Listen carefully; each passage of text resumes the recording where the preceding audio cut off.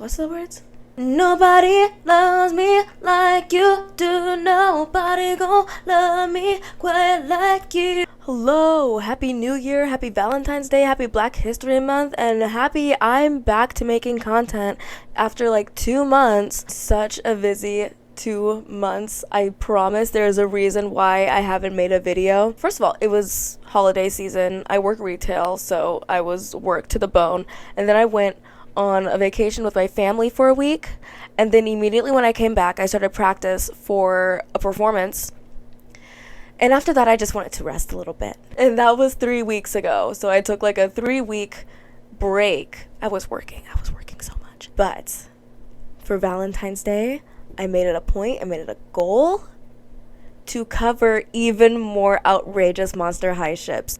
First of all, I want to say thank you so much for watching the last video. That is my highest viewed long form video ever. It means a lot to me. Thank you so much, and thank you for like asking for more, giving me more ships to discuss.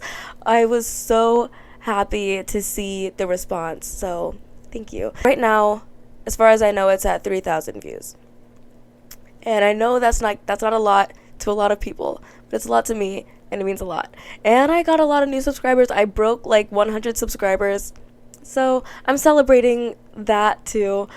So yeah, thank you. Also, I don't know if you can tell. Oh, I think it went away a little bit. Or it went away in this lighting. But like my fingers were like all red because I was making cookies for Valentine's Day or Dracula's birthday, because it's actually my favorite holiday. Now tell me why my mom was like, Valentine's Day isn't a holiday. And I'm like, it's Dracula's birthday. What do you mean it's not a holiday? You're lying in my face. Fine. If it's not a holiday, fine. It's my favorite capitalist corporate cash grab, all right? I love hearts. Hearts are like literally my favorite shape. And I love pink, red, purple. They've included like black these days. I'm mad at the yellow. We don't need yellow on Valentine's Day. You have Easter. You have your day. And it's coming up, all right? We don't need you to infiltrate Valentine's Day. Isn't about that. I was making cookies for Dracula's birthday. I made like pink sugar cookies with black icing.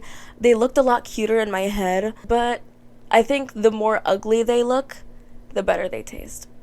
So they look delicious. Anyways, let's get into the video. First of all, today's outfit is inspired by a very important character when it comes to the holiday. He is famous for his role in Why Do Ghouls Fall in Love?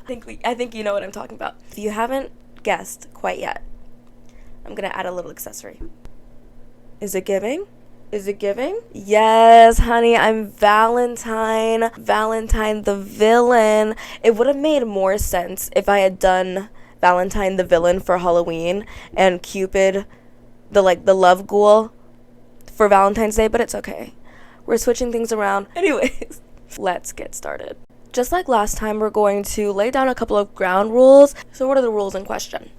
Rule number 1, a character can only be mentioned in a ship up to 3 times. Rule number 2, ships are queer-centric. There will be some hetero ships, but most of them are going to be queer, and I am polycule friendly. Rule number 3, my opinions are based in first-generation lore. Now that we've got our ground rules set, let's go to the library and read some Brunch. Claude Wolfe and Catrine Demew. First of all, hey, Editor Kennedy here. I am a little under the weather, so I sound really bad right now, but I want to interrupt this program by saying that I am sorry for everything I have to say about Catrine. I did not know that she was in the 2D animated web series. The reason being is because I didn't watch the animated series for a couple of different reasons. I didn't have like high-speed internet at the time that they were airing, and I simply didn't like the animation style, so I just avoided watching it. This might out me as like, a fraud, a fake Monster High stan, but I promise, I do really love the franchise.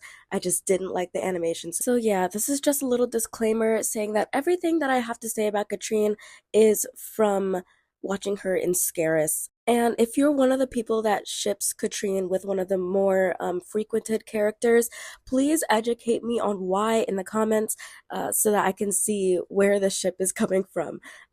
Thank you. Please enjoy the rest of the video. Who the fuck is Catrine demew?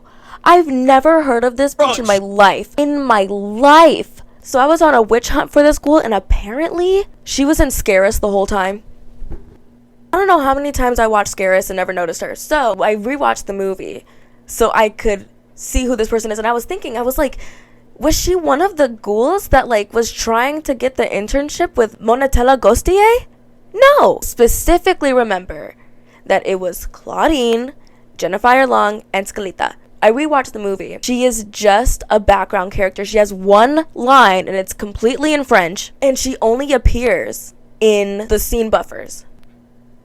And you're telling me that she's shipped with not just Claude, but one other person too. I'm not gonna spoil it. But you're telling me that people are shipping Catrine demew with Claude Wolf? Claude Wolf he's sporty, he's a werewolf, and Catrine demew is an artistic werecat, specifically chalk art. When I think about this ship, I think about when they would have met. It would have been in the Scaris movie, when Jackie Laura was in Scaris sending Claude these cute little pictures, cute little selfies, and Claude was like a little jealous of all the guys looking at her. Did you see these new pics she sent me? Check this guy. He's waiting on her claw and hoof. You're saying I should go to Scaris and find her. I'm on it. And he missed her. So he went out to Scaris to see her. To see Draculaura. Not to see Catrine demew. The brunch with one line in a language that Claude doesn't speak. Maybe people were shipping them together because of their color schemes. Catrine demew does have a very cute design. However, it looks too similar to Spectra Vondergeist, and I do not approve. I mean, it's okay. Spectra Vondergeist has a great color palette. She has a great design. But because I don't know Catrine demew's character, I have to go by the one trait that I know about her and her color scheme. I mean, I get like the need for a cat dog ship, but it doesn't work for them, especially if the only time they would have met was when Claude went to Scaris to see Draculaura. That don't make no sense to me. Stink it. Next we have Catty Noir and Catrine demew. I already had my rant about Catrine demew, so we don't have to rehash that. I think you know enough about her. Catty Noir is a werecat, and she's a pop star. She's a singer. So I'm like, okay, that's cute. That's cute. So it's obvious that they both have like an appreciation for art. He's gay, but he has a special connection to classical music. There's many things that are interesting about him. If you watched Boo York, you know that Catty and Pharaoh basically just fell in love. Pharaoh is like another mummy who like raps. Get it? Like he raps. So they're in love. But for some reason, people shipped Catty and Catrine. But I know Catty Noir, and she's very sweet. She cares a lot about her music. She cares a lot about her art. She's really serious about her art. And I'm sure Catrine is very serious about her chalk art as well. I will say aesthetically, they do look really good together. Like white and purple, black and pink. Like that is a perfect color scheme right there. This is just like my fan fiction brain coming out. I think if Catty went to Scaris to find more inspiration for her music, she would run into Catrine and like watch her do her chalk art, and they would start talking, you know, get along really well. Catty is super like creative, like her writer's block is gone. It just works out. They'll be cute together. So ship it. Next we have Robecca Steam and Venus McFlytrap. I actually wanted to reread the Monster High book Ghoul Friends Forever so I could get the lore on these two. Like they're literally on the cover, but there's no audiobook to help me out. It's a like decently sized book, but the font is huge. Like I could get through that book really quickly, but like I can't just sit down and read. So since there's no audiobooks for Monster High that's accessible to me, let me know if I should just do Monster High audiobooks. Trick me into reading and creating content. I'm supposed to be reading the ships, not myself. Anyways, Rebecca Steam is a British steampunk robot. She's very polite and described as a people pleaser, while Venus is bold and passionate about environmental rights and environmental issues. Venus McFlytrap is like a very, very friendly version of Poison Ivy. The fandom wiki is so confident about them being canonically girlfriends, and I just don't buy it for a second. It's cute though, and they do look really cute together aesthetically. So while I was doing research for this, I found a really interesting screenshot. They were talking and they were in the background of the was it Happy Boo Year? Something. It was on a shore, and they were so much closer than anybody else talking to each other in the room. That tells me that they're really close. And they looked really cute together. And in the short little clips that I found, like, I know that Venus and Rebecca really support each other, like, as friends. And they have a really close friendship. Why am I wasting my time anymore? Ship it! That's so cute. Next, I have C.A. Cupid and Abbey Bominable. I have no notes written down for this, so I'm just gonna go off the cuff here. What will happen if I go off script? C.A. Cupid, is Cupid. She knows everything about love. She has, like, not a podcast, a radio show where she gives relationship advice. People trust her. They're tried and true. But Abbey, the daughter of the abominable snowman, so she's like an ice queen. She doesn't like C.A. Cupid's radio show. This was in Why Do Ghouls Fall in Love. It's really funny to me. Every time Cupid says something, Abbey is like, C.A. Cupid, she thinks that, like, love is about, like, flirting, and you have to play a little game. You have to make things a little fun. Abbey is a no bullshit bitch. Abbey said, I like you, you like me, let's get together. And at the end of the movie, they started doing the radio show together, where it's Abbey's advice and Cupid's advice. Thank you for calling Abbey, where love is not game. I think it's super funny that they're now, like, shipped because they have very different ideas on love. It is jokes, even if they're bad. I'm going to pretend I did not hear them.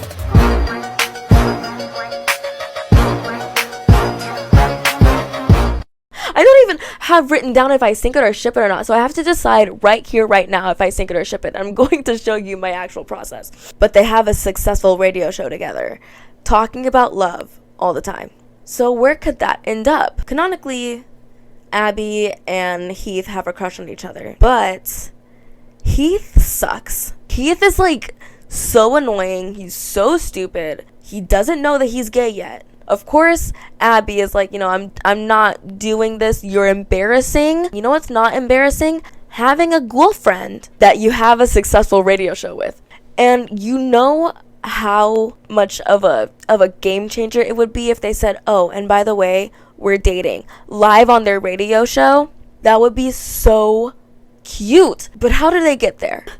Oh my god, this is so cute. Through talking about romance on their radio show, it starts out where, like, they're popular because they have opposing views of love and everybody can, like, take what resonates and leave what doesn't.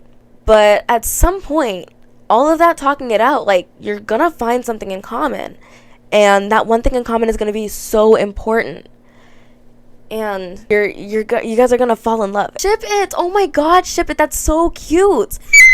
Next is a ship that my closet cosplay is involved in, and it's so weird to me, but here we go. Twyla, Boolittle, and Valentine. Has it ever occurred to anyone that Twyla is asexual and homo-romantic?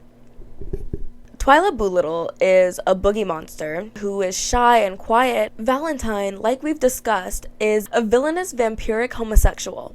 I think this ship is interesting, and I've never thought about it before, and I think after I'm done reviewing it, I never want to think about it again. This is such a weird ship to me. First of all, now that, like, Catrine demew challenged, like, how I see, like, visuals and, like, aesthetically pleasing couples, I look at Twyla and Valentine, I'm like, this is the ugliest color combination ever. Yeah, the black matches. Of course, black matches.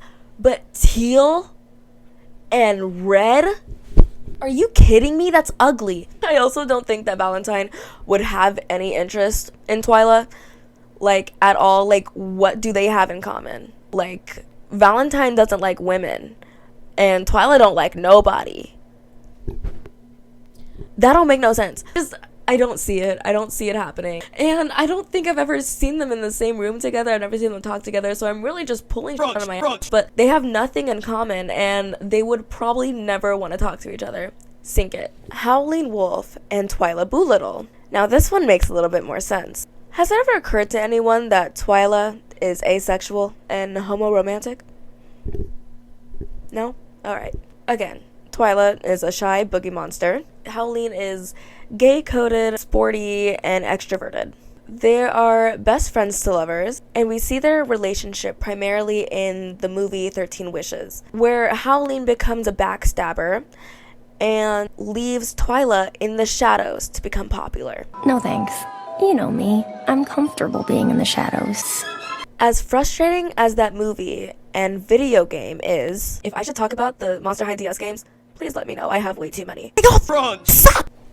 As frustrating as that movie was, what I love about it is seeing Twyla try so hard to save Howleen from Wisp's control and encourage her to be herself. I don't care. I'm still Howleen's friend, and I won't give up on her. It's almost like Twyla loved Howleen the way she was. Now, this could be seen as romantic or platonic. I love your new look this year. Thanks, Twyla. But personally, all I see is unrequited love. Sink it. Next we have Heath Burns and Gil Webbers. In the last video, I said that Heath was one of the most annoying characters in Monster High, along with Manny and Hoodoo. Well, I forgot to add Gil, just because of how irritating he is in his relationship with Laguna. Why did I say it like that? Laguna. That being said, anything to get Gil away from Laguna, I'm down with. Gil and Heath can be annoying, spineless dweebs together. Heath is so desperate for approval. Am I right, my dudes? Woo! Up top! Ow! Huh? Anybody miss me? And Gil isn't good at giving reassurance. Go to his boat and find out what it is. You're being paranoid. They feel. If his parents aren't okay with him dating a fish that comes from a different body of water, imagine how pissed they're gonna be when Gil brings home someone of a different element. Have you ever dated someone whose parents were racist? That's Gil's parents, and I don't think Heath is as emotionally resilient as Laguna. Ship it. Why? Ship it? Why? Because I'm preying on their downfall. Next, Deuce Gorgon and Holt Hyde. I'm gonna have a field day with this. Deuce Gorgon is a very chill stoner guy, pun intended, who's been shipped with every student in Monster High. And Holt Hyde is the boisterous alter ego to Jackson Jekyll, who only comes out when music is playing, by the way.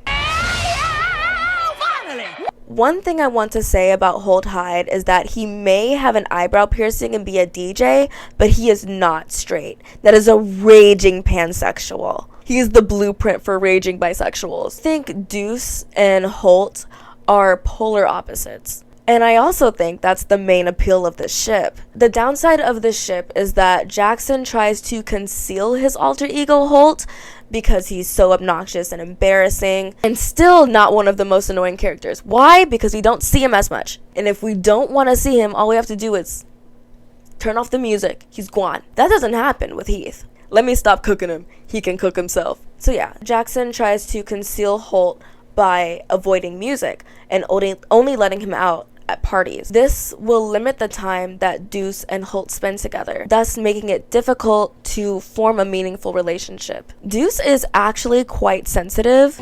Is this about what happened at brunch? Because It's not just about brunch! It's about everything!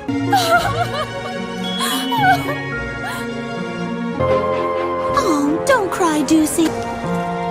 And I think it would hurt his feelings if his partner had to be hyped up on music to see him. Icky. Sink it, unfortunately. Last but not least, we have a polycule here.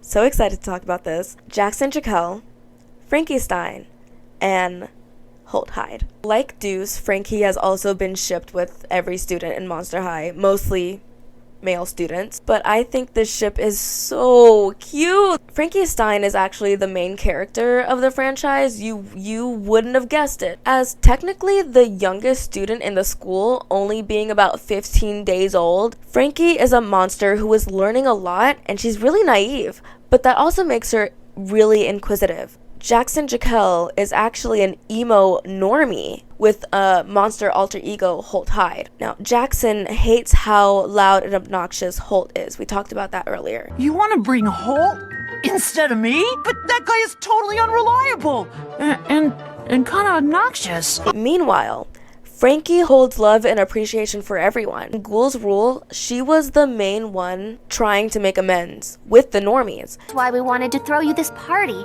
to remind everyone what Halloween really means. So please, come on in, have fun. Be a monster. And one of the main monsters that didn't judge Jackson for being annoy me. I've also seen Frankie be very compassionate towards Holt, and Holt has a big fat crush on Frankie. Yo, Frankie! Don't worry, Holt. Worried? Who? The Holster? Come on, Frankie, fine. If Frankie loves both sides of Jackson and Holt, that will help Jackson accept his alter ego a lot more. And I think that would be beautiful. Ship it! Ship it, ship it, ship it! And that's it. Thank you guys so much for coming on this very chaotic journey with me. Those glasses bring out something different in me. It's also 4 a.m., but that's okay. I wanted to make more videos where I felt more like myself. And I feel like myself when I'm in my room at 3 o'clock in the morning. I spend a lot of time in the wee hours of the night being creative, because I feel like during the day, that's when I work, that's when I do chores, that's when I like maybe hang out with friends and family. At night is when I reclaim my power and reclaim my hobbies, which sounds really sad right now, a little concerning, but hey, like I'm in my early 20s. Like I think this is just what being in your early 20s is like. Anyways, yeah, thank you so much for joining me on this video and the last video. I hope this one gets just as much love or even more. Let me know if you agree or disagree. Disagreeing with Valentine, you know, it's a thing. It's alright. I get it. I forgot to like mention, I want to like go down like the list on like what I'm wearing. Flowery lace blazer, I got it from Goodwill. This shirt is from Amazon. This top necklace right here or the choker, I made it myself. I originally had like a bat choker from Romney, but it broke like after like the second time that I wore it, so I took off all of the bats and I made this, and it has like hearts in it. I got this for Christmas for my nana. Secondhand nail polish from Hot Topic. It's called Enemy Blood, like vampires. It's so on theme. Let me know if I should talk about the Monster High DS games and how frustrating they were. Let me know if I should make Monster High audiobooks. Also, I want to show some of the Christmas gifts that I got because they are Monster High related. I got my first 3rd gen doll. It's Draculaura, Scaradise Island, and you can't see it in this lighting, but she has like some gold accessories, and I hate when they add gold and yellow to Draculaura's like design. It just doesn't suit her. But I really do love this. I don't think I'll ever open it. I did accidentally damage the box a little bit, but still amazing. I got this Claudine blanket. I'm so excited. I thrifted a Robecca doll from Freaky Fusion. She's naked right now, so I won't show her, but I am planning on like making a new outfit for her, because I used to like make doll clothes like in my teen years, so I want to get back into doing that. I'm really excited that I got to film this video for Valentine's Day, my favorite capitalist corporate cash grab. I think that's all. Thank you so much for watching, and I'll see you next time, lovelies. Happy birthday, Draculaura.